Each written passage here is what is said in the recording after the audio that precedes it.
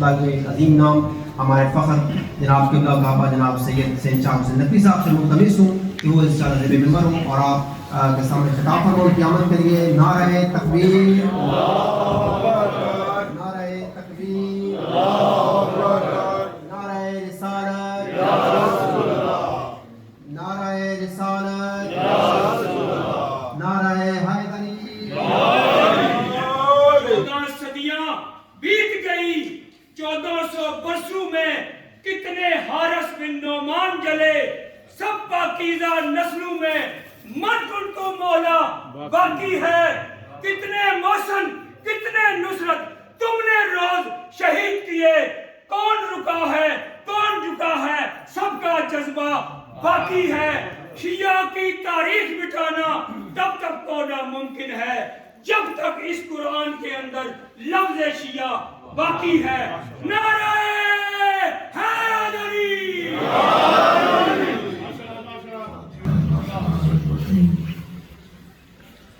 الحمد للہ الذی لا یبلغ مدحته القائلون ولا يحصي نعماءه العادون ولا يعدي حقه المجتهدون الذي ليس لصفته حد محدود ولا نعت موجود ولا وقت معدود ولا أجل ممدود فطر الخلائق بقدرته ونشر الرياح برحمته. الصلاة والسلام على الرسول المسدد المصطفى الأمجد المحمود الأحمد سيدنا ومولانا ومولى الكونين جد الحسن والحسين وعاني والقاسم محمد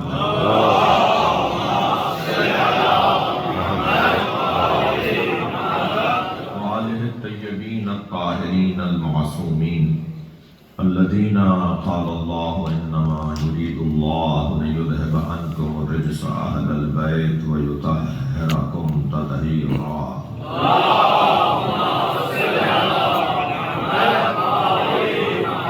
رحمة الله على أعدائهم أجمعين من يوم عداوتهم إلى قيام يوم الدين. أما بعد، قال الحكيم في القرآن الكريم بسم الله الرحمن الرحيم تبارك الذي بيده الملك وهو على كل شيء قدير الذي خلق الموت والحياة ليبلوكم أيكم أحسن عملا. صلوات.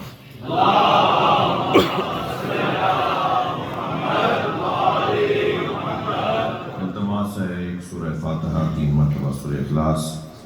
حاضرین مجلس کے مرحومین، خاص طور پہ مرحوم مغفور سید تہذیب الحسن زیدی ابن سید غلام حسین زیدی، سیدہ ممتاز فاطمہ بنت سید رضوان حسین زیدی، سید منظور حسین جعفری ابن سید مقبول حسین جعفری، سید رضوان حسین زیدی ابن سید عبادت حسین زیدی، آپ سب کے مرحومین، شہداء ملت، بے وارث مرحومین جن کے حق ہماری گردنوں پر ہیں، آج ہمارے درمیان نہیں ہے. رحم اللہ من قرأ الفاتحہ.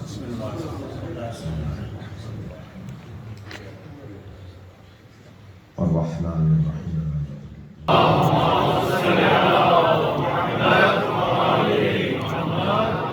سورہ مبارکہ الملک کی ابتدائی آیت. اللہ اپنے اس کلام میں ارشاد فرما رہا ہے تبارک الذی بیدہ الملک، بابرکت ہے وہ ذات جس کے ہاتھ میں ملک ہے. وَهُوَ عَلَىٰ كُلِّ شَيْءٍ قَدِيرٌ، اور وہ جس کے ہاتھ میں ملک ہے وہ ہر شے پر قدرت رکھتا ہے. الذی خلق الموت والحیات، وہ ہے کہ جس نے موت اور حیات کو خلق کیا ہے. لِيَبْلُوَكُمْ أَيُّكُمْ أَحْسَنُ عَمَلًا، تاکہ تمہیں آزمائے کہ تم میں سے کون ہے جو بہتر سے بہتر عمل انجام دیتا ہے. عزیزو، آیہ کریمہ معارف اور مفاہیم اور علم و عرفان کا ایک سمندر ہے. قرآن کی ہر آیت ایک عرفانیات، معنویات، روحانیات اور علم اور معلومات کا ایک ذخیرہ ہوا کرتی ہے۔ جس آیت کو بھی دیکھیں ایک خاص پیغام دیتی ہوئی نظر آتی ہے۔ قرآن کا طالب علم کبھی بھی سیر نہیں ہوتا، ہمیشہ چاہتا ہے اور پڑھوں اور پڑھوں، اور قرآن کی عملی تفسیر کو نہج البلاغہ کہا جاتا ہے۔ میں اپنے لفظوں کو اور بہتر کروں کہ خالق کا کلام قرآن اور مخلوق کا کلام نہج البلاغہ۔ یہ دو ایسے کلام ہیں جو وقت کے محتاج نہیں ہیں، یعنی جب اٹھائیں، جب کھولیں، جب انہیں پڑھیں ایسا لگتا ہے جیسے ابھی کہا گیا ہے، ہم سے ہی بات ہو رہی ہے۔ قرآن کھولتے ہیں تو ہمیں اللہ بولتا نظر آتا ہے، اور نہج البلاغہ کھولتے ہیں تو علی کی آواز آتی ہے۔ اگر نہج البلاغہ جیسی کتاب نہ ہوتی تو قرآن کی عملی تفسیر کا ثبوت نہ ہوتا۔ قرآن پر عمل کرنا بھی ممکن ہے، یہ کیسے ثابت کریں گے؟ جو بھی آپ سے پوچھے اسے نہج البلاغہ دکھا دیں۔ یہ کتاب پکار کے بتا رہی ہے کہ قرآن پر عمل کرنا کتنا ممکن ہے۔ قرآن مجید کی اور اسی طرح سرکار دو جہاں کے فرامین، قرآن مجید کی آیات، نبی مکرم کے فرامین، احادیث، مولا کائنات کے فرامین، اقوال، ائمہ اہل بیت کے اقوال، بعض اقوال تو ایسے ہیں جو ہمیں مکمل اور بلا واسطہ سیدھے ہمارے ذہنوں پہ اثر کرتے ہیں۔ ان کو فریم کروا کے گھروں میں لگوانے کی ضرورت ہے تاکہ آتے جاتے ان پہ نگاہ جائے اور ہمارے رویے بہتر ہو جائے۔ ویسے بھی عزیزان گرامی، اسلام حلیوں کا نام نہیں ہے۔ میں اس وقت آپ کے سامنے ایک حلیے میں بیٹھا ہوں، میں نے ایک خاص لباس پہنا ہوا ہے، پولیس مین بھی ایک خاص لباس پہنتا ہے، ڈاکٹر بھی ایک لباس پہنتا ہے، قانون دان بھی کچھ لباس پہنتے ہیں، مختلف شعبوں کے لوگ مختلف لباس پہنتے ہیں، اور اس لباس کو دیکھ کے اندازہ ہو جاتا ہے کہ اس سے بات کیا کرنی چاہیے۔ تو حلیوں سے شناخت ہو رہی ہوتی ہے شخصیات کی جی، اور بعض تو حلیوں کی بنیاد پر ہی شناخت کرا رہے ہوتے ہیں، یعنی سارا ان کا حلیہ ہی ہوتا ہے بس۔ اور ویسے بھی پیکنگ کا زمانہ ہے، جس کی اچھی پیکنگ ہے اس کی قیمت بھی اچھی ہے، اور پیکنگ تو ویسے ہی دھوکہ دے رہی ہوتی ہے۔ میں اور آپ اس وقت ایک مشترکہ کیفیت میں ہیں، اور وہ یہ کہ ہم سب لباس پہنے بیٹھے ہیں۔ لباس عربی کا لفظ ہے، اس کے دو معنی ہیں، ان میں سے ایک معنی ہے دھوکہ۔ لباس کے دو معنیوں میں سے ایک معنی دھوکہ ہے۔ ہمارا بچہ ابھی دنیا میں آیا نہیں ہوتا کہ اس کی تیاری شروع ہو رہی ہوتی ہے کہ اسے دھوکہ دیا جائے گا۔ کپڑے تیار ہو رہے ہوتے ہیں اس کے، نہالچے اور پوتڑے اور چیزیں اس کی تیار، دادیاں، نانیاں، بوائیں، دادائیں، گھر کی بڑی بوڑھیاں وہ تیاری کر رہی ہوتی ہیں، اور جیسے ہی بچہ دنیا میں آتا ہے تو دنیا کا پہلا تحفہ اسے دھوکہ دیا جاتا ہے۔ جی ہمارے ساتھ یہ تو روزانہ ہوگا، اگر تھوڑا سا غور کر لیں، کسی نے اگر مہنگے کپڑے پہنے ہوئے ہوں تو ہم اسے بڑھ کر سلام کرتے ہیں، کسی کا کالر ادھڑا ہوا ہو تو اس کو سلام کا جواب نہیں دیتے، وہ ہم سے سلام کر لے تو ہمیں جواب دینے میں تھوڑا تکلف پورا ہوتا ہے کہ پتہ نہیں کہاں ہم کیا کس مصیبت میں پڑ جائیں گے اس کو جواب دیں۔ اور اگر کوئی مہنگے کپڑے والا ہوتا ہے تو ہم کہتے ہیں بڑھ کے سنبھال کر سلام کر لو، وہیں پہ بڑا آدمی ہے۔ تو دھوکہ کس چیز سے ہو رہا ہے؟ کپڑوں سے ہو رہا ہے، یعنی کپڑوں کا ایک کام دھوکہ دینا ہے۔ اب ذرا مولا کائنات کا جملہ سنیے، مولا فرماتے ہیں ما لبست علی نفسی ولا لبس علیہ، آج تک علی نے خود کو دھوکہ نہیں دیا، اور کوئی پیدا نہیں ہوا ہے جو علی کو دھوکہ دے سکے۔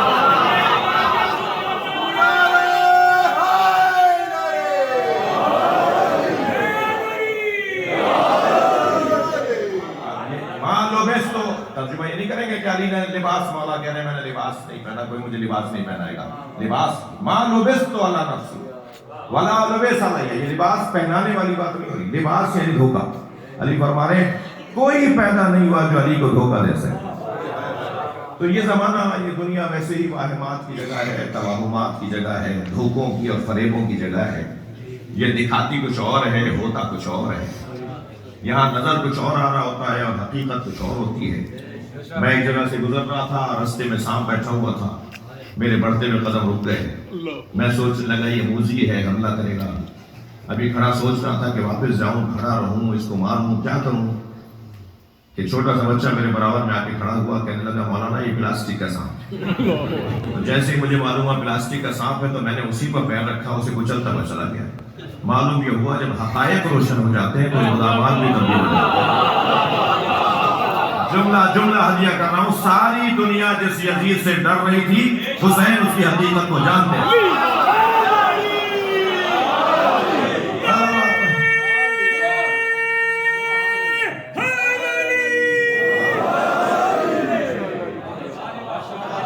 دنیا ہے بھائی یہ دھوکوں کی جگہ ہے، فریبوں کی جگہ ہے.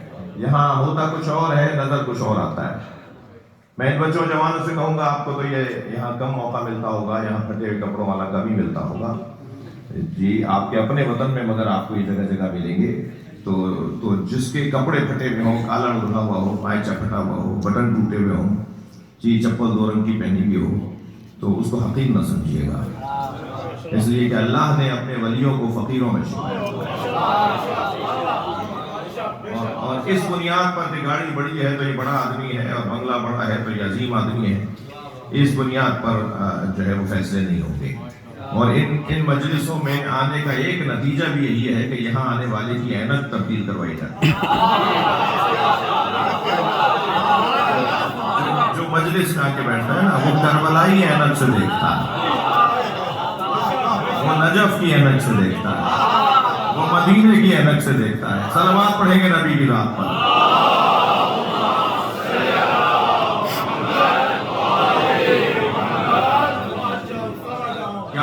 کیا معلوم کہ جسے ہم نے کم سمجھ لیا، حقیر جان لیا. موت کی مجلس سے بھائی وعظ و نصیحت ہی ہوگی.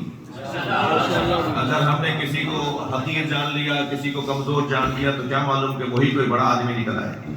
ضروری نہیں ہے جو مہنگے کپڑوں میں ہے وہ کوئی بڑا آدمی ہو. کیا معلوم وہی علاقے کا یزید ہو، اور جس کے کپڑے پھٹے ہوئے ہیں وہی اللہ کا ولی ہو. تو فیصلہ اس بنیاد پہ نہیں ہونا. احترام سب کا رہے، بے احترامی کسی کی نہ ہو.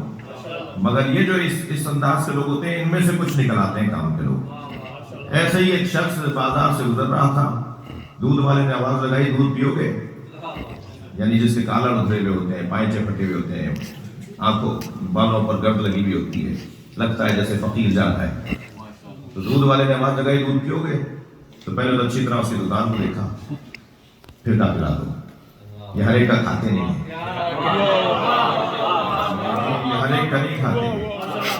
پلا دو. تو دودھ والے نے کٹورا بھر کے دودھ پہ دے دیا. انہوں نے دودھ پینے کے بعد تھوڑے سے آگے گئے، شکریہ ادا کیا، آگے بڑھے تو ایک نشے میں پانی جمع تھا، ان کا پیر اس کیچڑ میں گیا، کیچڑ اڑی، چھینٹیں اڑی. تو دیوار کے کنارے کھڑے 2 آشنا باتیں کر رہے تھے جی. تو لڑکی کے چہرے پہ جا کے، اس کے کپڑوں پہ جا کے چھینٹیں لگی. تو جس کے جا کے چھینٹیں لگی اسے تو کچھ نہیں ہوا، یعنی ناراض نہیں ہوئی. وہ جو اس کا دوست کھڑا تھا وہ پریشان ہو گیا. 2 قدم آگے بڑھ کے تھپڑ مکے مارنے لگا. تمہیں نظر نہیں آتا، دیکھ کے نہیں چلتے ہو؟ تو آسمان کو دیکھ کے کہنے لگا، یا اللہ کبھی دودھ پلواتا ہے کبھی تھپڑ.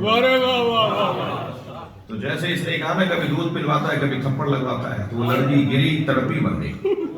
تو لوگ کہنے لگے بھائی اللہ کا ولی ہے، اس نے بددعا دی، عورت مر گئی. کہنا نہیں میں نے کسی کو نہیں مارا. 2 یاروں کا مسئلہ ہے، ایک نے مجھے مارا، ایک نے اسے مارا. یہ ان کی اللہ سے یاری ہے. صلوات پڑھے ذرا محمد.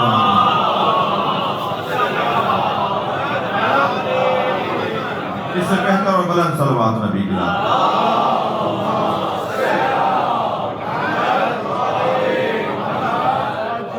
تو یہ جگہ سوائے قلعیوں کے، رنگینیوں کے اور رنگ بدلنے کے کچھ اور نہیں ہے. ہماری آنکھیں کھلی ہوئی ہیں مگر ہمیں نظر نہیں آ رہا. معصوم ارشاد فرماتے ہیں، الناس یناموا اذا ماتوا انتبہوا. لوگ سو رہے ہیں، جب مریں گے تب اٹھیں گے. آنکھیں کھلیں گی، سب کچھ نظر آنے لگے گا، حقیقت دیکھنے لگیں گے.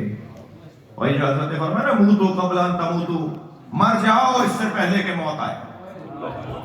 کیا مطلب ہے؟ حضرت کیا فرمانا چاہ رہے ہیں کہ اسے چھلانگ لگا دیں، چھری گلے پہ پھر لیں جی، کسی سمندر میں جا کے کود لگا دیں؟ کیا کریں؟ حضرت کیا فرما رہے ہیں؟ مر جاؤ اس سے پہلے کہ موت آئے.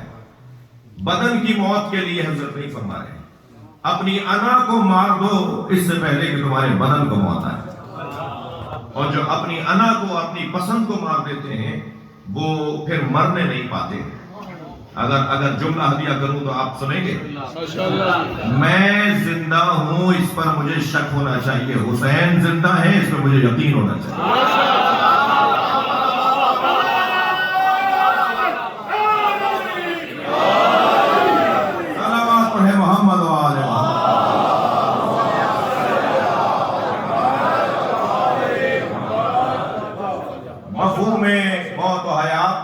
مجید بیان کرے گا. ارشاد ہو رہا ہے تبارک الذی بیدہ الملک، بابرکت ہے وہ ذات جس کے ہاتھ میں ملک ہے. محاورہ استعمال کیا اللہ نے، جس کے ہاتھ میں ملک ہے. ہم سے بھی کچھ لوگ کہتے ہیں بھائی کیا کر رہے ہو، تمہارے ہاتھ میں کیا ہے؟ صلوات پڑھ لیں ذرا محمد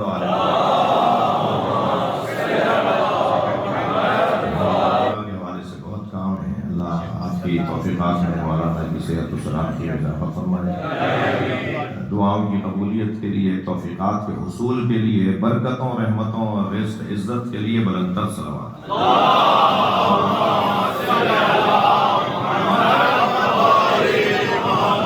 تبارک الذی، مولانا تبارک الذی بیدہ الملک، بابرکت ہے وہ ذات جس کے ہاتھ میں ملک ہے. جی یہ ہم سے کیا کہا جاتا ہے بھائی تمہارے ہاتھ میں کیا ہے؟ اس کے ہاتھ میں کیا ہے؟ یہ جو ہم کہتے ہیں اس کے ہاتھ میں کچھ نہیں ہے، تمہارے ہاتھ میں کچھ نہیں ہے. تو اس وقت تو ہاتھ میں کچھ ویسے بھی نہیں ہوتا. کہتے تمہارے ہاتھ میں کیا ہے؟ یہ کچھ اٹھایا. تو یہ محاورہ ہے کہ تمہارے پاس یہ تم یہ کر نہیں سکتے، تمہاری بس کی نہیں ہے. تمہارے ہاتھ میں کیا ہے؟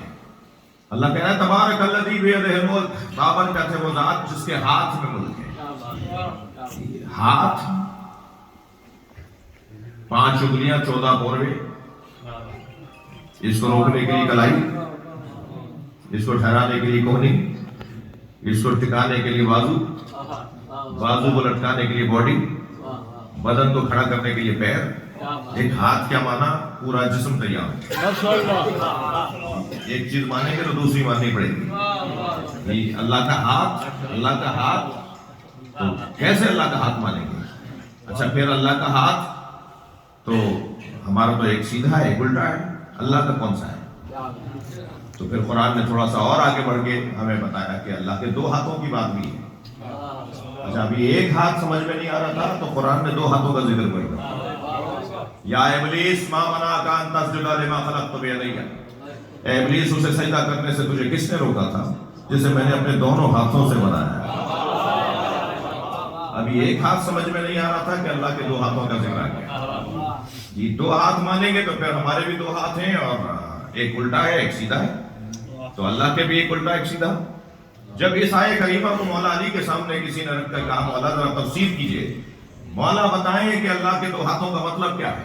تو مولا نے فرمایا اللہ کے کلتا الیدین یمین، اللہ کے دونوں ہاتھ سیدھے ہیں. اللہ اپنی مکمل قدرت کا جب مظاہرہ کرتا ہے تو اپنے ہاتھ کی بات کرتا ہے. ہم بھی کہتے ہیں نا بیٹا ایک ہاتھ سے نہیں اٹھا دونوں ہاتھوں سے اٹھاؤ. جب مکمل قدرت کا مظاہرہ ہوگا، اظہار ہوگا، ظاہر کیا جائے گی اپنی بدن کی طاقت، تو دونوں ہاتھوں سے کام کیا جائے گا. اب ذرا ایک حسین ہدیہ آپ کو کر رہا ہوں. حشام کہتے ہیں کہ میں نے دیکھا امام موسیٰ کاظم علیہ السلام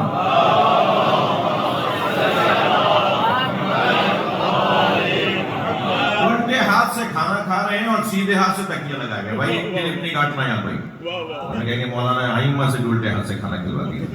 یہ لوگ مولوی حضرات تو ویسے ہی مفسر ہیں، تو وہ تو روایت سنیں گے تو اس کے اختتام پہ لطف آئے گا. امام الٹے ہاتھ سے کھانا کھا رہے ہیں، سیدھے ہاتھ سے تکیہ لگائے ہوئے. حشام کو یہ منظر سمجھ میں نہیں آیا، جیسے ہمیں بھی اب تک نہیں سمجھ میں آ رہا. تو حشام کو جانا کہیں اور تھا، انہوں نے رخ اختیار کیا امام صادق کے گھر کی طرف. جیسے ہی امام کی گلی میں گئے تو سامنے سے ابو بصیر آتے نظر آئے. ابو بصیر نے کہا کہاں کا ارادہ ہے؟ کہ مولا سے ایک سوال کرنا ہے، ایک منظر دیکھ کر آ رہا ہوں. ہمارے آئندہ کا امام کے فرزند امام کو یہ دیکھ کر آ رہا ہوں. حشام سے ابو بصیر نے کہا کیا دیکھا ہے؟ کہا میں نے یہ دیکھا کہ وہ الٹے ہاتھ سے کھانا کھا رہے، سیدھے ہاتھ سے تکیہ لگائے ہوئے ہیں. تو ابو بصیر نے بے صاف کہا اس میں پریشانی کی کیا بات ہے؟ امام کے دونوں ہاتھ سیدھے ہوتے ہیں. آیت اللہ جوادی عاملی اس آیت کی تفسیر میں جب اس روایت کو لکھتے ہیں نا تفسیر تسنیم میں، تو آیت اللہ جوادی عاملی فرماتے ہیں کہ ائمہ کے دونوں ہاتھ سیدھے ہوتے ہیں اور اہل بیت کے دشمنوں کے دونوں ہاتھ الٹے ہوتے ہیں. صلوات پڑھیں ذرا محمد و آل محمد.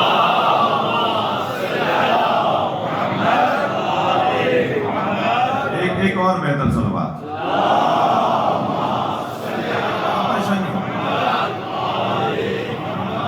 اس سے بہتر اور بلند صلوات.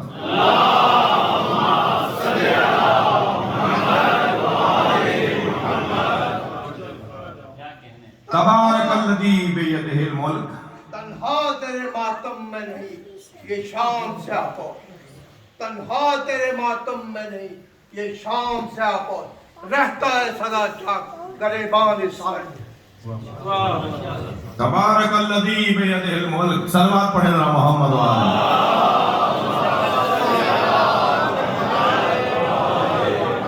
تبارک الذی بیدہ الملک. بابرکت ہے وہ ذات جس کے ہاتھ میں ملک ہے. یہ کہہ کر آیت نے دوسرا مضمون بیان نہیں کیا بلکہ یہ کہہ کر ملک کے ساتھ دو چیزوں کا تعلق ہے جی. ایک حاکمیت کا اور ایک اختیار کا. بہت سارے لوگ مملکت کے حاکم ہوتے ہیں مختار نہیں ہوتے. جو حاکم ہو اور مختار نہ ہو وہ کیسا حاکم ہے؟ وہ کیوں کر حاکم ہے؟ وہ کیوں حاکم کہلائے؟ اس لیے کہ وہ حاکم ہے مگر اس کے ہاتھ میں کچھ نہیں ہے جی. میں زیادہ اس کے تفصیل میں نہیں جاؤں گا کیونکہ سیاسی باتیں شروع ہو جائیں گی پھر. لیکن اتنا ضرور ہے کہ وہ حاکم ہی حاکم کیا ہے کہ جس کے ہاتھ میں اختیار نہ ہو. تو قرآن نے فوراً اللہ کی حاکمیت اور مالکیت کا اور ملک کا تذکرہ کرتے ہوئے وَهُوَ عَلَىٰ كُلِّ شَيْءٍ قَدِيرٌ کہہ کر بتا دیا کہ وہ حاکم بھی ہے اور مختار بھی ہے. وہ حاکم بھی ہے اور اس کے پاس قدرت و توانائی بھی ہے. وہ مملکت بھی رکھتا ہے اور اختیارات بھی رکھتا ہے. ہر شے پر وہ قدرت رکھتا ہے. عزیزان گرامی، اللہ کی مالکیت اور غیر خدا کی مالکیت بہت مختلف ہے. ہماری مالکیت اعتباری ہے. ہماری مالکیت فرضی ہے، قراردادی ہے، تصوراتی ہے. ہم نے سوچ لیا ہے کہ ہم ان کپڑوں کے مالک ہیں. ہم نے طے کر لیا ہے کہ گاڑی ہماری ہے، یہ گھر ہمارا ہے. یہ ہم نے سوچ لیا. بہت ساری چیزیں سوچ سکتے تھے، ایک یہ بھی سوچ لیا. ہمارے سوچ لینے سے اور ہمارے طے کر لینے سے وہ چیز ہماری اگر ہوتی ہے تو کم سے کم ہماری بات تو مانتی. یہ کیسی مملکت ہے، یہ کیسی مملوک ہے، یہ کیسا ماتحت ہے جو اپنے مالک کی بات ہی نہیں مانتی. ہم اپنے کپڑوں کو جتنا کہتے رہیں کہ یہ چھوٹا ہو جائے، یہ بڑا ہو جائے، یہ مثال کے طور پہ کپڑا جو ہے وہ پانی میں تبدیل ہو جائے، مثال کے طور پہ ہمارا جوتا جو ہے وہ چپل بن جائے، ہماری بات ہی نہیں مانتی. ہمارا گھر ہماری بات نہیں مانتا، ہماری گاڑی ہماری بات نہیں مانتی. تو یہ مالک تو ہے مگر مختار نہیں ہے. مالک تو ہے مگر اس کی مملکت کے اوپر اس کا کوئی اختیار چل نہیں رہا جی. لیکن اگر مالک وہ ہو جس کا اختیار مملکت پہ چل رہا ہو وہ مالک حقیقی کہلائے. یعنی ہم تصوراتی مالک ہیں، قراردادی مالک ہیں، اور جس کی بات مانے اس کی ملکیت وہ حقیقی مالک ہے اور واقعی مالک ہے. اللہ مالک حقیقی ہے، ہم مالک قراردادی اور فرضی ہیں، تصوراتی ہیں. اگر اللہ کے بارے میں یہ بات روشن ہو کہ اللہ مالک حقیقی ہے تو جو مملکت میں چیزیں ہوں گی وہ سب اس کی بات کو مانیں گی. ماشاءاللہ جی. لہذا اسی کے کہنے پہ سورج وہاں سے نکلے گا اور وہاں ڈوبے گا. اسی کے کہنے پر بچوں کی دنیا میں آمد ہوگی اور لوگوں کی زندگیاں طویل ہوں گی یا لوگ جلدی چلے جائیں گے. وہ جیسا چاہے گا زمین اور زمان کے اندر وہ کرے گا، اس لیے کہ وہ مالک ہے. وہ مالک ہے، اور اگر وہ مالک ہے تو جس کو وہ چاہے اور ملکیت دے دے تو پھر اس میں بھی یہ جلوہ نظر آئے گا. یعنی مالک حقیقی اللہ ہے اور اللہ کسی کو مالک بنا دے تو پھر یہ جلوہ اس میں بھی نظر آئے گا. مالک حقیقی اللہ ہے، تؤتی الملک من تشاء، جسے وہ چاہے ملک عطا کر دے. تو جسے وہ ملک عطا کرتا ہے پھر وہ بھی سورج پلٹا کے دکھاتا ہے، وہ بھی چاند کے 2 ٹکڑے کر کے دکھاتا ہے، وہ بھی مردے کو زندہ کر کے دکھاتا ہے، وہ بھی مرنے والے کو شفا دے سکتا ہے. اس لیے کہ مالک حقیقی نے اسے اختیار عطا کیا ہے. وہ صاحب اختیار گھرانہ جس کو اللہ نے اختیار عطا کیا. حضرت ابو ذر غفاری خانہ کعبہ کا طواف کر رہے تھے. حشام گورنر مکہ، اسے علم ہوا کہ صحابی رسول بھی مطاف میں ہیں، تو خود کو قریب لے گیا اور کہنے لگا حضور کوئی مجھ سے کام، مجھ سے غرض، مجھ سے کچھ کہنا ہو تو کہیے، میں حاکم ہوں. حضرت ابو ذر غفاری نے خانہ کعبہ کو دیکھا اور پھر اسے دیکھ کے کہا کہ میں اس وقت اللہ سے بات کرنے میں مصروف ہوں. ہاں، ابو ذر مزاج اگر کسی میں آ جائے تو پھر 1400 سال کے بعد بھی منبر سے اس کو سلام بھیجا جائے. ابو ذر رضوان اللہ تعالیٰ علیہ نے جواب دیا، کہنے لگا میں اللہ کی خاطر آپ سے بات کر رہا ہوں، اللہ کی خاطر آپ سے بات کر رہا ہوں. اچھا، ایسے لوگ ذرا بولنے کے ماہر ہوتے ہیں. تو حضرت ابو ذر نے فرمایا کہ تم آخرت میں کچھ دے سکتے ہو؟ تو کہنے لگا نہیں آخرت میں کچھ نہیں دے سکتا، یہی دے سکتا ہوں. تو ابو ذر نے فرمایا کہ دنیا میں نے چھوڑ دی ہے، آخرت تم دے نہیں سکتے، تو میں تم سے کیوں مانگوں؟ اچھا، کم سے کم حضرت ابو ذر غفاری نے یہ فیصلہ تو کر دیا کہ جو آخرت میں دے سکتا ہو اس سے دنیا میں مانگا جا سکتا.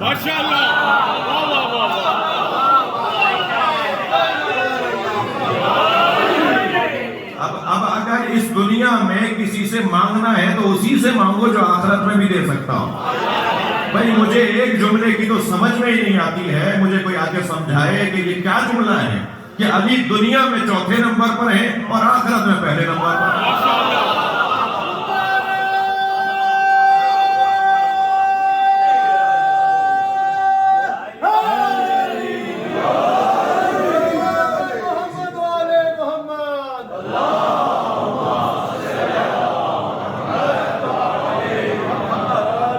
جس علی کے بچے جنت کا اختیار رکھتے ہو، جس علی کی زوجہ خاتون محشر ہو، جو مولا علی محشر میں جب امت کو لے کے جنت کی طرف نبی جا رہے ہوں گے تو نبی فرماتے ہیں انا علی اثرہ، میں علی کے پیچھے چلوں گا.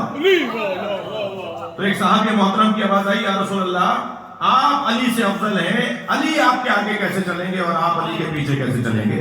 فرمایا تم نے مجھ سے نہیں سنا، علی یون صاحب لوائی، علی میرا پرچم دار ہے اور پرچم دار ہمیشہ آگے چلتا ہے، لشکر پیچھے چلتا ہے.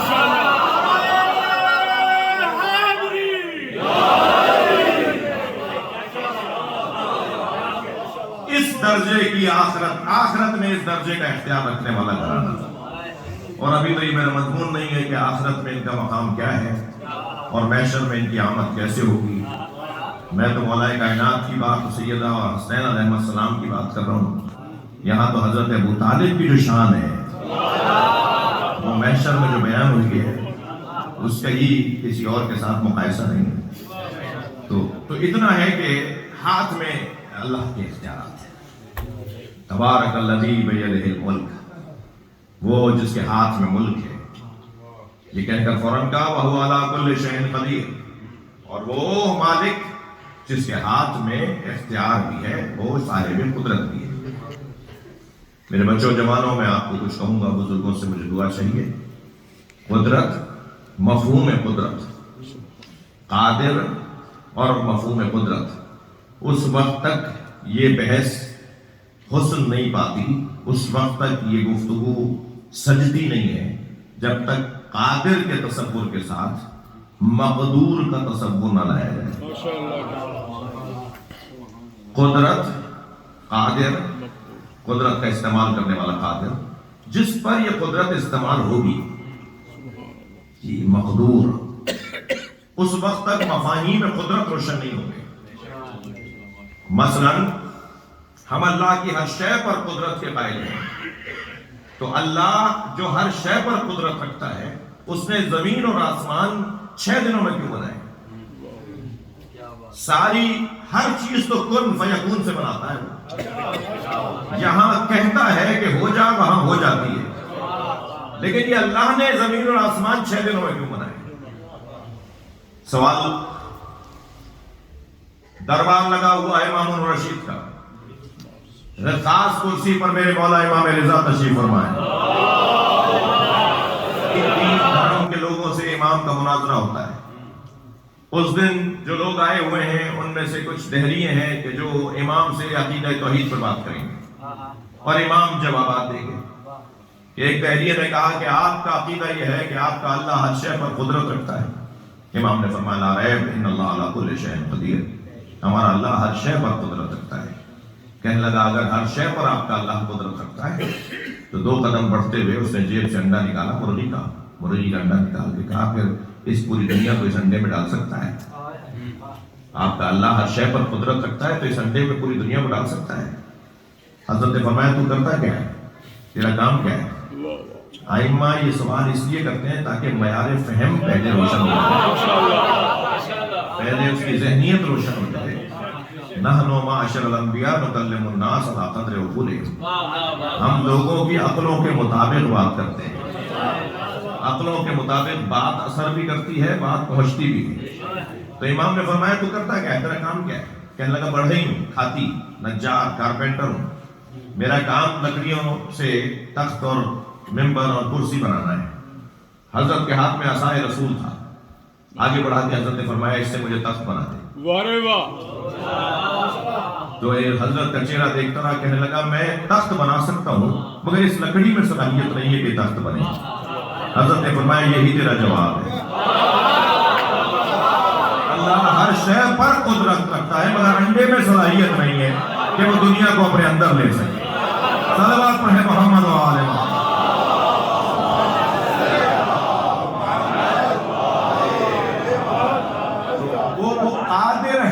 وہ قادر ہے مگر مقدور کی صلاحیت کے مطابق اس کی قدرت استعمال میں آتی ہے. وہ ہر کام کر سکتا ہے مگر جس پر کام کرنا چاہ رہا ہے اس میں بھی تو صلاحیت ہو. اسی طرح قدرت کا جو اظہار ہے وہ انسان کا ہاتھ ہوا کرتا ہے, یعنی ہاتھ کے ذریعے سے قدرت کا مظاہرہ ہوتا ہے. جی انسان کی پوری بدن کی طاقت ہاتھ سے ظاہر ہوتی ہے. جی نہ آنکھ سے ظاہر ہوتی ہے, نہ لات سے ظاہر ہوتی ہے, جی نہ پشت سے ظاہر ہوتی ہے, نہ کسی اور اعضاء بدن سے. انسان کی قدرت اس کے ہاتھ سے ظاہر ہوتی ہے. ہاتھ مظہر قدرت بدنیہ ہے. بدن کی طاقت اور توانائی کا اظہار اس کے ہاتھ سے ہوتا ہے. اور ہاتھ کا جب تصور لے کر آئیں گے تو ہو نہیں سکتا کہ اس پہ غور نہ کیا جائے.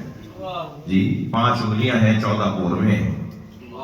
کسی کی بھی 6 انگلیاں نہیں ہیں, اور اگر کسی کی 6 انگلیاں ہوتی ہیں تو وہ بہرحال اس کو چھنگا یا کچھ بھی نام دے کے کہا جاتا ہے کہ صاحب یہ اس غیر معقولی ہے. جی 14 پورے کیوں رکھے اللہ نے؟ جی میرے مولا یہ 14 ہے بھائی, انگوٹھے میں 2 ہیں, ہر انگلی میں 3 ہے. بعد میں گن لیجیے, میں صحیح کہہ رہا ہوں. صلوات پڑھ لیں ذرا محمد.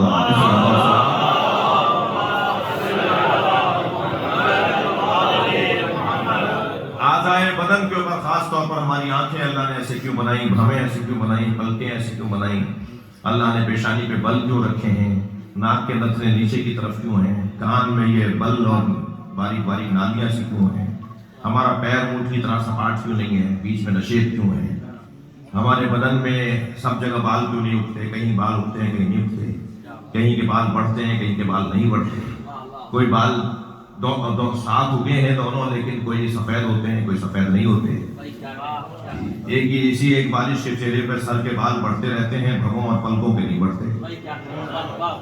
کھاتے اس کو بھی غذا ایک ہی غذا, توانائی ایک ہی غذا سے پہنچ رہی ہے, اور اس کو بھی توانائی ایک ہی غذا سے پہنچ رہی ہے, مگر ایک بڑھ بڑھ کر بتاتا ہے کہ اللہ بڑھا رہا ہے, ایک رک کر بتاتا ہے کہ اللہ روک رہا ہے. یہ اللہ کی قدرت مولا امام جعفر صادق علیہ السلام نے بدن کے اوپر غور کرنے کا حکم دیا ہے. اور پھر یہ تو آیت کے اندر موجود ہے نا, سنوریہم آیاتنا فی الآفاق وفی انفسہم حتی یتبین لہم انہ الحق. بہت جلد ہم انہیں اپنی نشانیاں دکھائیں گے پوری کائنات میں, وفی انفسہم, اور اس 6 فٹ کے بدن میں ہم دکھائیں گے کہ ہم ہیں. یعنی دروں اور صحراؤں اور بیابانوں میں جا کر اللہ ڈھونڈنے کی ضرورت نہیں ہے, آئینے میں اپنا چہرہ دیکھ لیں تو اللہ سمجھ میں آ جائے. صلوات پڑھ لیں محمد و آل محمد.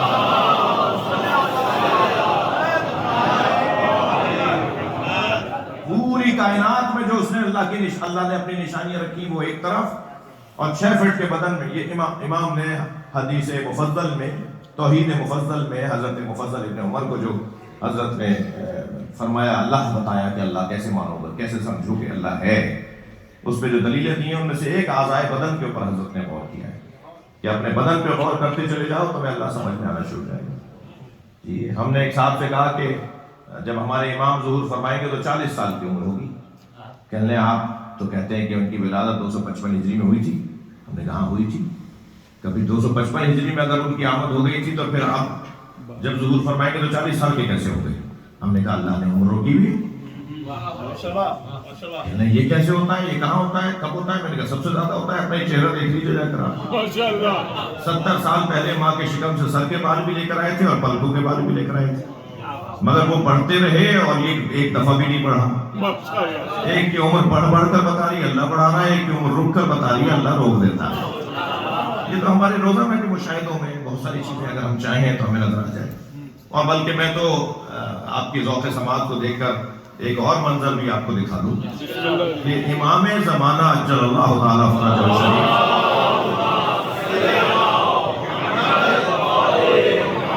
جب ظہور فرمائیں گے تو حضرت کی عمر 40 سال کی ہوگی. ہیں اس وقت 1150 سال کی، مگر جب آئیں گے دنیا میں، جب ظاہر ہوں گے، یعنی دنیا میں ہیں ظاہر ہوں گے تو 40 سال کی عمر ہوگی. تو یہ تضاد ہے یا کوئی اور منظر ہے؟ منظر یہ ہے کہ امام زمانہ اس لیے کہتے ہیں کہ زمانہ ان پہ اثر نہیں کرتا. وہ زمانے کے آگے ہیں، زمانے کی امامت کر رہے ہیں. اب آپ کی بلائی سماعتوں کو ایک ہدیہ کرنے جا رہا ہوں.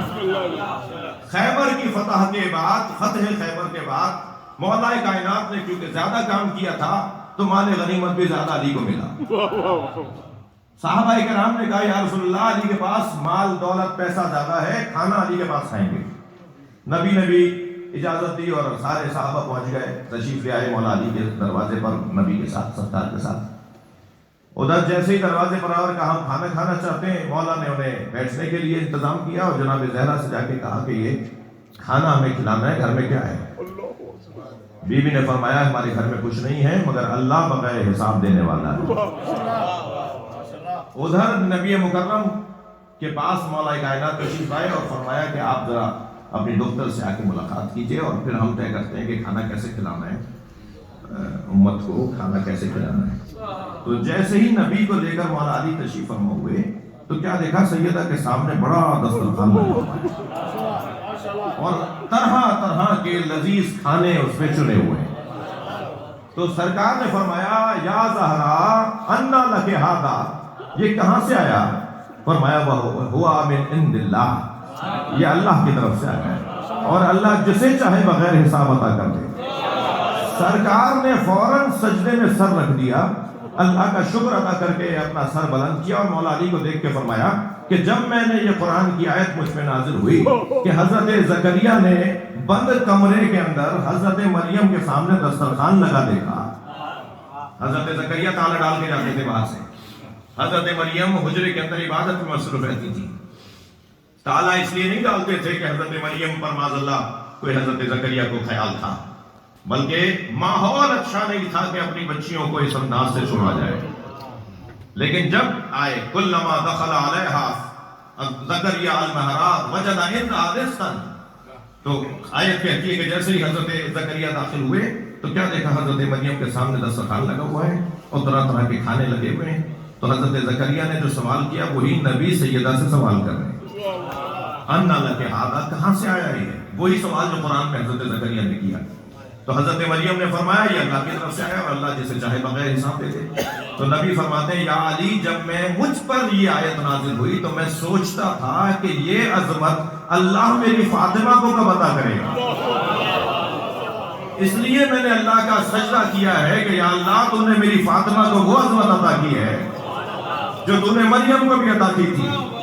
اس دسترخوان سے تمام صحابہ کرام نے کھانا کھایا. توجہ چاہوں گا عزیزان گرامی، توجہ.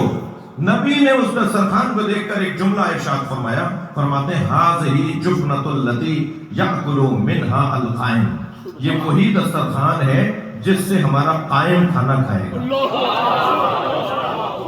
یہ وہی دسترخوان ہے جس سے ہمارا قائم کھانا کھائے گا.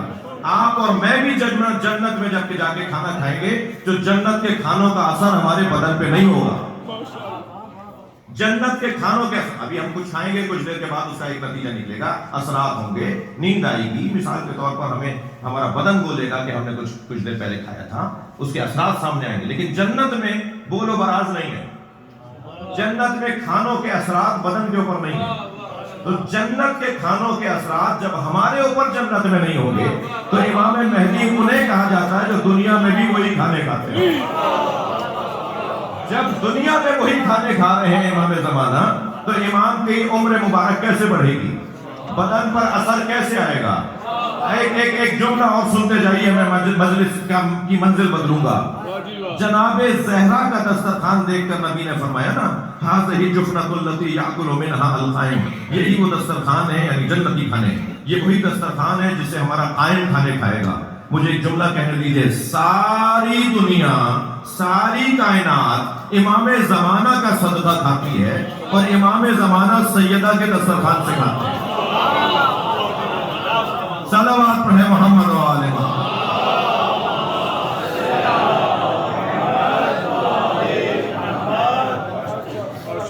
وَهُوَ عَلَىٰ كُلِّ شَيْءٍ قَدِيرٌ, وہ اللہ جو مالک بھی ہے اور قادر بھی ہے. اب اپنی قدرت کا, اپنی مالکیت کا وہ اظہار مثال دے رہا ہے. الذی خلق الموت والحیات, وہ مالک اور قادر اللہ جس نے موت اور حیات کو خلق کیا ہے. الذی خلق الموت والحیات, موت اور حیات.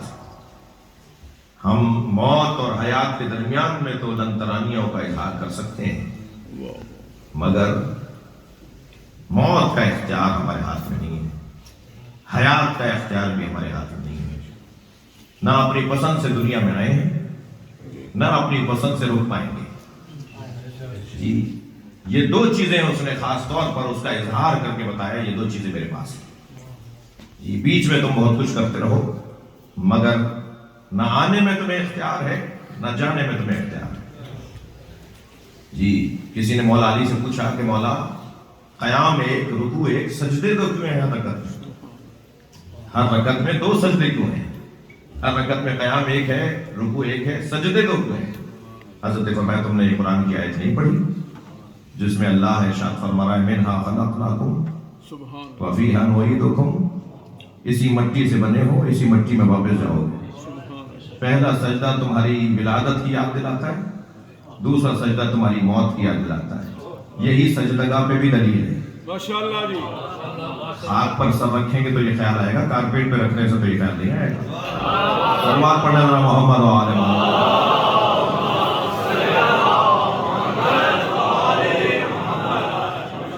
پہلا سجدہ تمہاری ولادت کی یاد دلاتا ہے کہ تم مٹی سے بنے ہو, دوسرا سجدہ تمہاری موت کی یاد دلاتا ہے کہ اسی مٹی میں واپس جاؤ گے.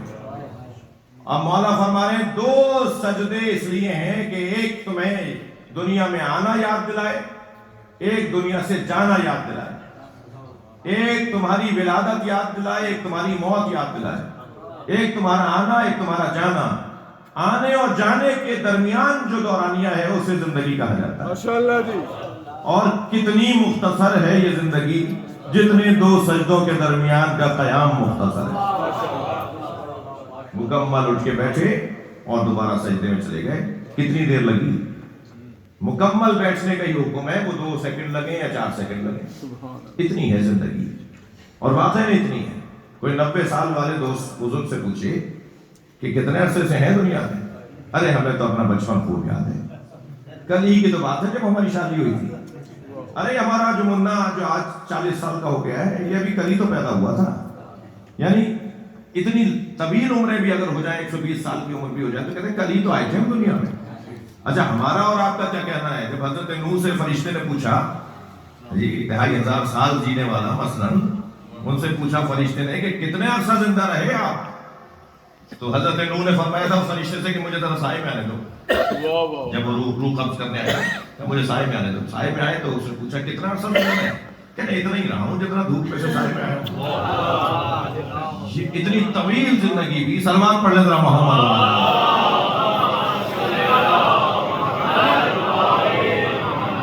اتنی طویل زندگی بھی عزیزان گرامی کل کی سی بات رکھتی ہے.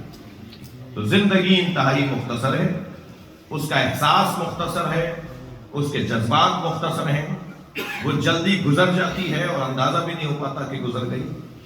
مگر جو چیز یاد رہے گی وہ انسان کی ولادت ہے اور اس کی موت ہے. مگر یہ ساری تقریر میں کرتا رہوں تو میں پہلے زندگی کی بات کروں گا اور پھر موت کی بات کروں گا.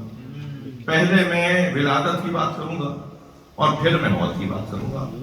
مگر قرآن تو پہلے موت کی بات کر رہا ہے. اللہ کا کلام تو کہہ رہا ہے الذی خلق الموت والحیات. الذی خلق الحیات والموت نہیں, وہ جس نے حیات اور موت کو خلق کیا. یہ آیت میں نہیں ہے. آیت میں یہ ہے کہ جس نے موت اور حیات کو خلق کیا. تو موت کا ذکر پہلے کیوں ہو رہا ہے قرآن میں؟ ہمارے ہاں تو حیات کا ذکر پہلے ہے. مشاہدہ تو حیات کا ہے, مشاہدہ موت کا بعد میں, مگر قرآن موت کو پہلے ذکر کر رہا ہے. ایک بہت بڑا پیغام ہے, بہت بڑا پیغام ہے. جس کی اہمیت اور جس کی حیثیت زیادہ ہو, جس کا مقام زیادہ ہو, جس کی ضرورت اور جس کی اہمیت زیادہ ہو, اسے پہلے ذکر کیا جاتا ہے اور اس کے بعد اس کو ذکر کیا جاتا ہے جو اس سے کم اہمیت والی شیخ ہے. آپ بڑے بڑے اجتماعات بھی کرتے ہیں, محافل و مجالس, آپ پڑھنے والوں کے نام چھاپتے ہیں. جو سب سے آخر میں پڑھنے والا ہوتا ہے اس کا نام سب سے پہلے لکھا جاتا ہے. اگر اس ترتیب کے مطابق مجمع آ گیا اور کسی نے کہا جب انہیں کیوں نہیں پڑھوا رہے, کہ بھائی وہ تو آخر میں پڑھیں گے تو آپ نے پہلے نام کیوں لکھا نہیں تھا؟ تو آپ جواب دیں گے پہلے نام اس لیے لکھا ہے کیونکہ یہ زیادہ محترم ہے, مثلا مہمان ہے, زیادہ قابل ہے, زیادہ بڑے پڑھنے والے ہیں, اس لیے ہم نے ان کا نام پہلے لکھا ہے. مگر جس ترتیب سے نام لکھے گئے اس ترتیب سے پڑھائی نہیں ہوگی. محفل کے اندر اظہار مودت اور محبت اس ترتیب سے نہیں ہوگا. اللہ نے بھی یہاں موت کا تذکرہ پہلے کیا ہے, آئے گی بعد میں. اور پہلے اس لیے تذکرہ کیا ہے کہ حیات سے زیادہ اہمیت موت کو حاصل ہے. بس اگر اللہ کی مخلوق یہ بات سمجھ لے کہ حیات سے زیادہ موت کو اہمیت حاصل ہے تو خود بخود اس کی حیات بھی محفوظ ہو جائے گی اور موت بھی محفوظ ہو جائے گی. یعنی اگر مجھے اپنی حیات کو محفوظ کرنا ہے تو کیا کروں؟ موت کو محفوظ کروں. جن کی موت محفوظ ہے ان کی حیات خود محفوظ ہے. میں لفظ اور بہتر کرنے کی کوشش کرتا ہوں ان بچوں کے لیے. عزیزان گرامی, ماضی کا اچھا ہونا ہنر نہیں ہے, مستقبل کا اچھا ہونا ہنر ہے. بڑے لوگ دیکھے جن کا ماضی بڑا اچھا تھا, مستقبل برباد ہو گیا. اور ہم نے کچھ ایسے بھی دیکھے جن کا ماضی خراب تھا مگر مستقبل اچھا ہو گیا. ہم نے ایسے بھی لوگ دیکھے جن کا ماضی بہت اچھا تھا مگر ان کی موت خراب ہو گئی.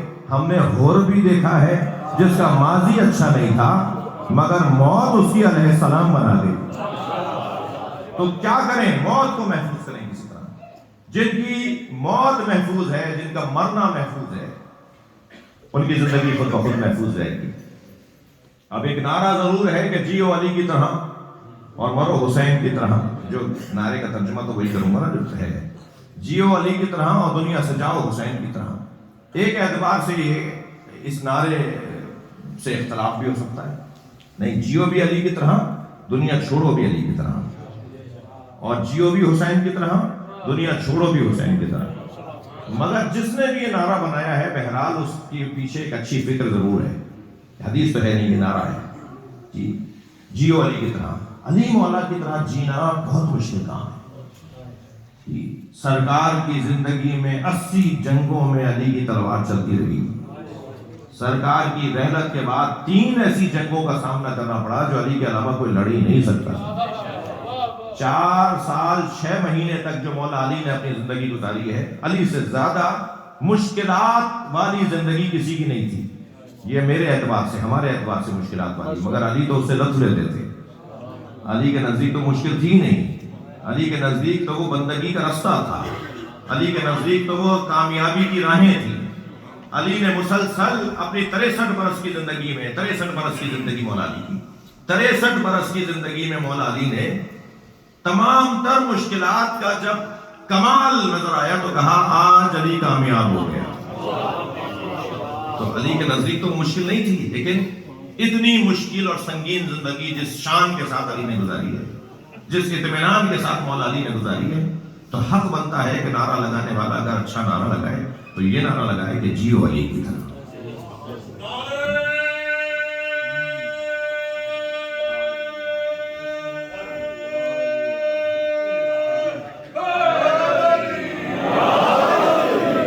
مولا علی نے جینا سکھایا اور حسین مولا نے دنیا سے جانا سکھایا.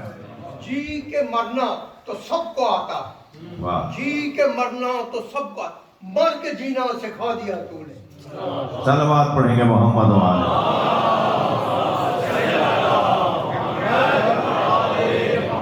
ایک اور بہتر صلوات.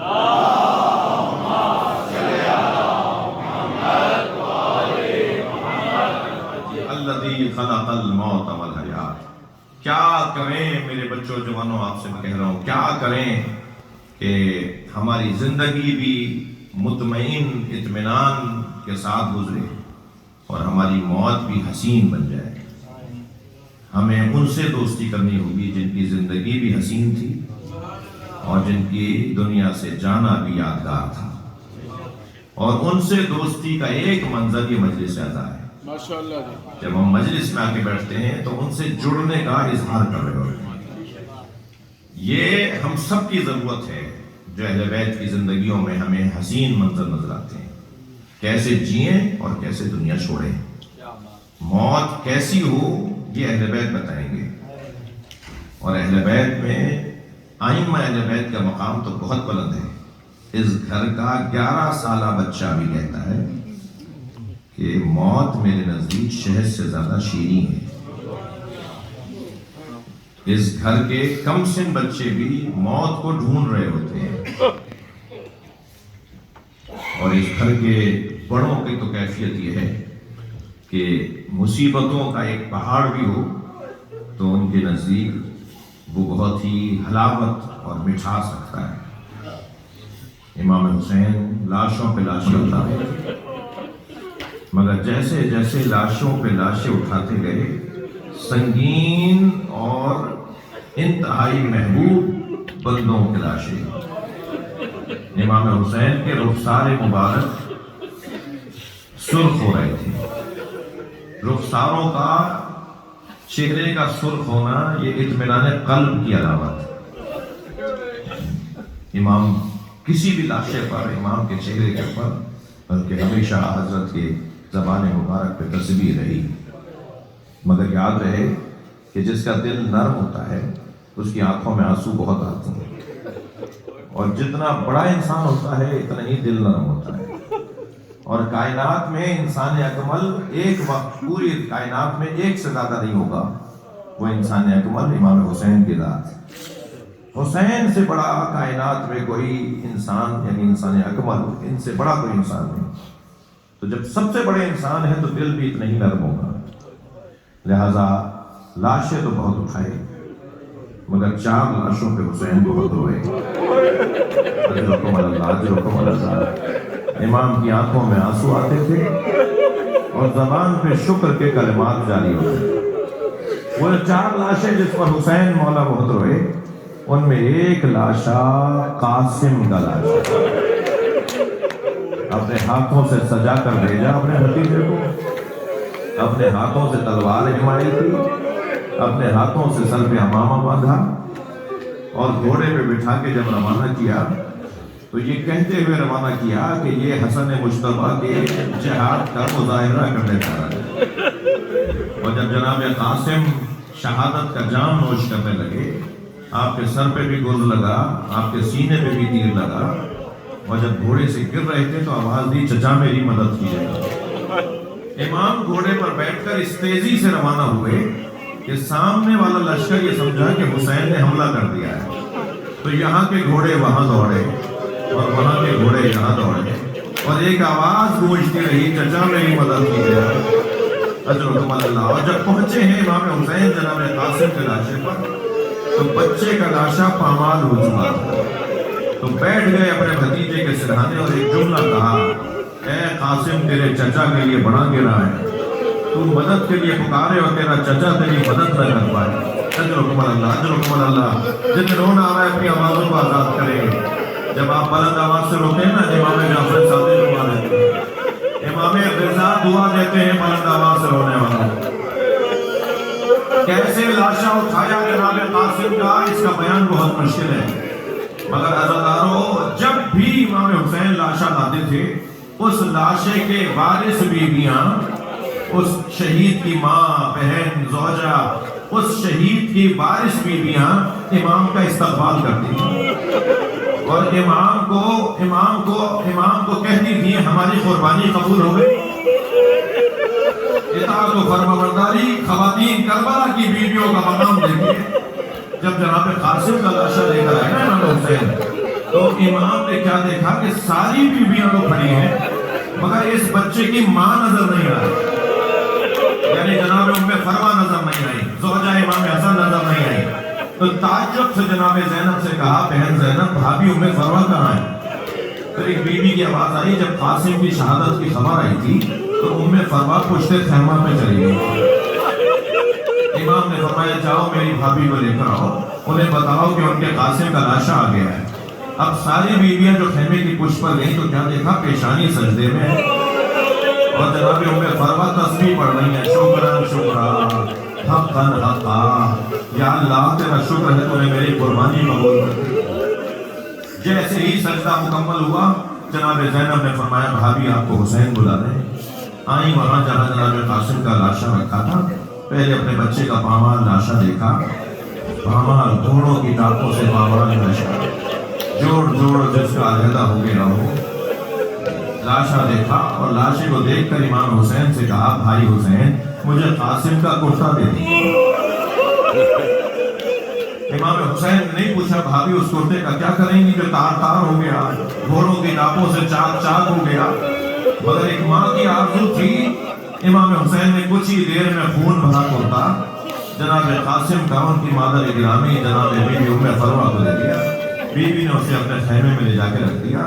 عصر عاشور خیمے لوٹے, خیمے جلے, تبرکات لوٹے گئے. یہ قافلہ کوفے سے شام گیا, شام میں اسیر رہا, اسیرے سے رہائی ملی تو تبرکات واپس آئے. ہر بیوی نے اپنی اپنی گٹھڑی اٹھائی ہوئی تھی, جناب ام فروا نے بھی اپنی گٹھڑی سینے سے لگائی ہوئی تھی. قافلہ شام سے کربلا اور کربلا سے مدینہ گیا. جب مدینہ پہنچی نا تو بار بار کہنے لگی میرا اونٹ جنت البقیع لے جاؤ.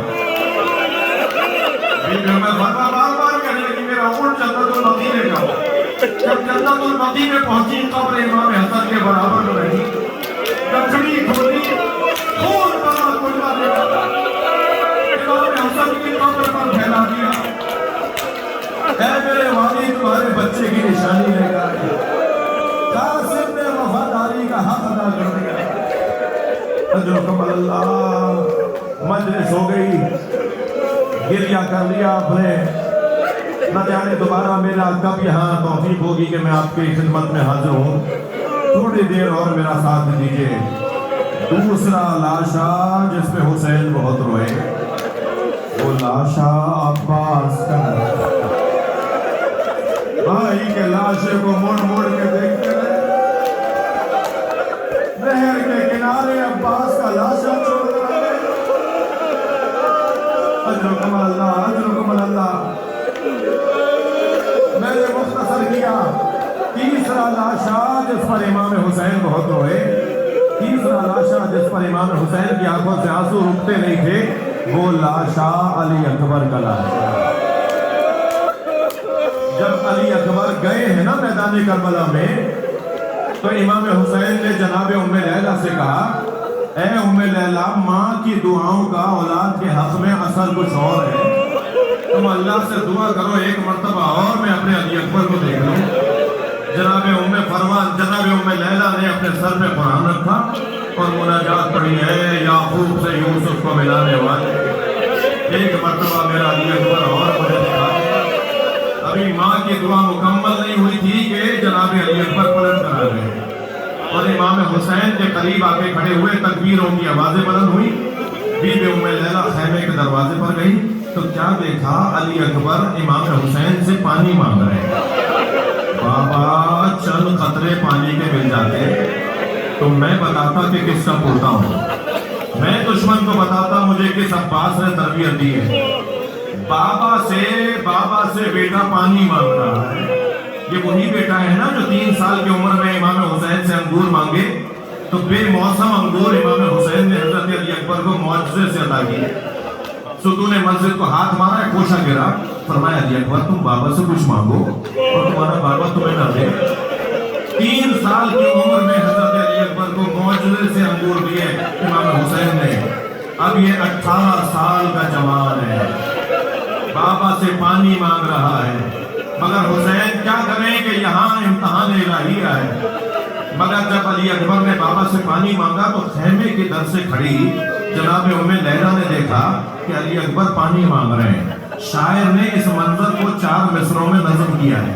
شاعر کہتا ہے شدت پیاس سے اکبر نے پلٹ کر دیکھا، شدت پیاس سے اکبر نے پلٹ کر دیکھا اور ماں نے خیمے کی تنابوں سے لپٹ کر دیکھا۔ کتنی مجبور تھی ساقی کوثر کی بہو، کتنی مجبور تھی ساقی کوثر کی بہو، خالی مشکیزہ کئی بار اجرکم اللہ۔ یہ تیسرا لاشا تھا جس پر حسین بہت روئے۔ اللہ آپ کو اس گریے کے عوض بڑا ثواب، بہت ثواب عطا کرے گا۔ ایک خاص مقام ہے بلند رونے والوں کا، ایک خاص حیثیت ہے بلند گریے کرنے والوں کی۔ چوتھے لاشے کا نام سنیں گے؟ چوتھا لاشا جس پہ حسین بہت روئے ہیں، وہ چوتھا لاشا چھوٹا بہت تھا، اگر حسین سے اٹھتا نہیں تھا۔ کبھی آگے جاتے تھے کبھی الٹے پیر واپس آتے تھے، رضا ننھا سا لاشا امام حسین نے قبر کے حوالے کیا۔ عزیزانو، مختلف ثقافتوں کے لوگ بیٹھے ہوئے ہیں۔ کچھ خاندانوں میں، خاص طور پر ہندوستانی خاندانوں میں، پاکستان میں بھی جو خاندان ہیں وہاں کچھ خاندانوں میں محرم میں 10 دن میں مچھلی نہیں کھائی جاتی۔ 2 سال پہلے ایک جوان میرے پاس آیا، 6 محرم کی، کہنے لگا مولانا میں مچھلی خرید کے لایا، میری دادی نے مجھے روک دیا، بیٹا محرم میں مچھلی نہیں کھاتے۔ تو میں نے دادی سے کہا دادی حلال تو حلال ہے، حرام حرام ہے، اگر حلال ہے تو محرم ہو یا ربیع الاول ہو۔ تو دادی کہنے لگی بیٹا مولانا سے جا کے پوچھ کے آ جاؤ، اگر وہ اجازت دے دے تو کھا لینا۔ مولانا آپ بتائیے میں مچھلی کھا لوں؟ جب وہ بول رہا تھا نا میری آنکھوں میں آنسو آ رہے ہیں۔ میں نے کہا میں اتنا بڑا عالم نہیں ہوں، مجھے اس مسئلے کا جواب نہیں آتا، تم دادی کی بات مان لو۔ کہنے لگا میں سمجھا نہیں۔ میں نے کہا دیکھو مولا حسین نے علی اصغر کے تڑپنے کو مچھلی کے تڑپنے سے تعبیر کیا۔ اما ترون کیف یتلقا، دیکھ نہیں رہے میرا بچہ مچھلی کی طرف منہ کھولتا ہے اور مچھلی کی طرف منہ بند کر لیتا ہے۔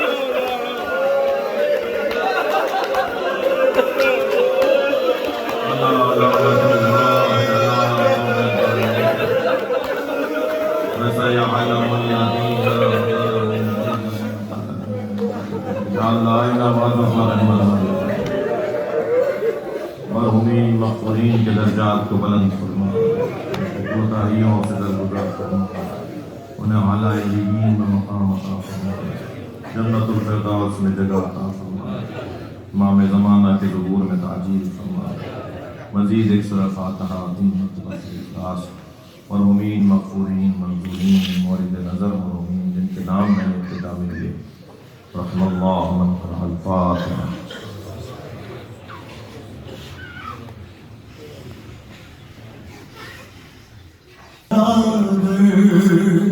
اماں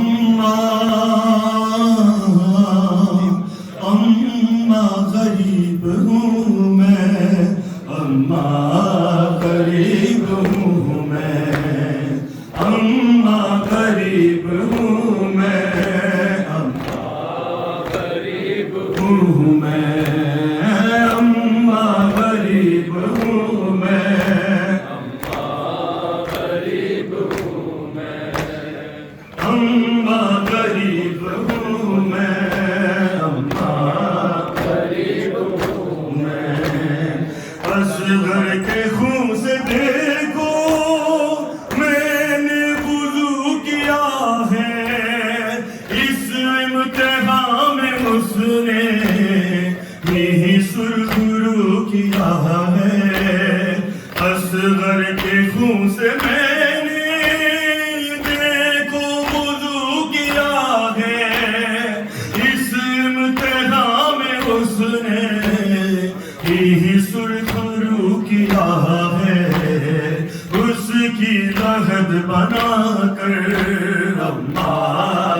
غریب ہوں میں، اما غریب ہوں میں، اما غریب ہوں میں، اما غریب ہوں میں، اما غریب ہوں میں کیسا باپ تھا جو اے دور امتحانی پیاسی رہی سکینہ مہد سگا نہ پہنی، میں کیسا باپ تھا جو اے دور امتحانی پیاسی رہی سکینہ مہد سگا نہ پہنی،